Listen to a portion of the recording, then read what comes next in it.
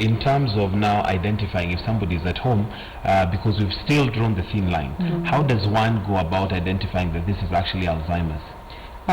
With Alzheimer's, especially with the early stages. What happens, we in the medical field, we depend on the history from the relatives. We get a lot of history just to understand when they started losing their memory, what has been happening.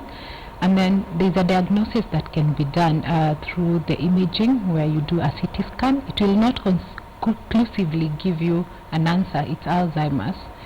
And the worst being Alzheimer's, you conclusively tell someone you had Alzheimer's maybe after they've died, after you do the post-mortem. But normally we depend mostly on history. But when it comes to medication, we don't have cure for it. And the medications that are there are just to subside, to make the symptoms become less or not severe as they were. But what we really advocate for, and that's why I had started an organization called At Home Healthcare Kenya, where we partnered with Alzheimer's Association to see how we can help people, because there is an intervention where, because someone with Alzheimer's doesn't know whatever they are doing is not normal. But us as people, we can help. And we came up with something called behavioral intervention. And with behavioral intervention, it's with a normal person to change your perception about that person. Because to them, everything is normal. In their world, it's normal. Okay. But to us, we are the ones who are seeing whatever they are doing is different.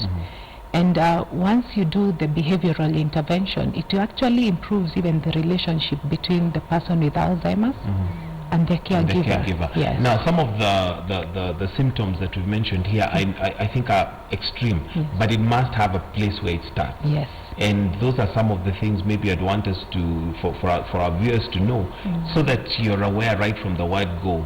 Then even by the time you're coming to a caregiver, it's not when it's so late.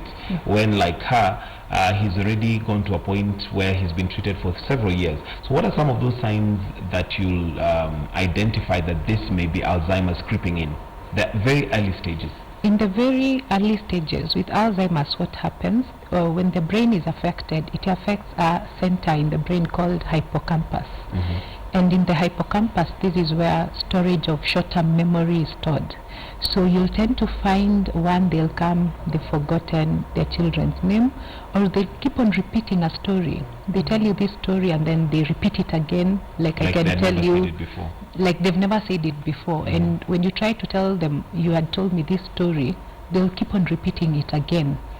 And then they'll start, because now once the short-term memory is lost, they're left with the long-term memory. It's like they live in the past. So they'll talk more of people who even died long time ago, that like they were with them at that point. They'll talk about them like it's the present, not the past. So these are some of the early signs that you'll tend to find. But as you progress, they go on losing the sense of touch, the hearing and the visual. And as it continues, it will reach a point now where we give them a prognosis, meaning they can live, according to scientific proof, they can live from 8 to 20 years before they die.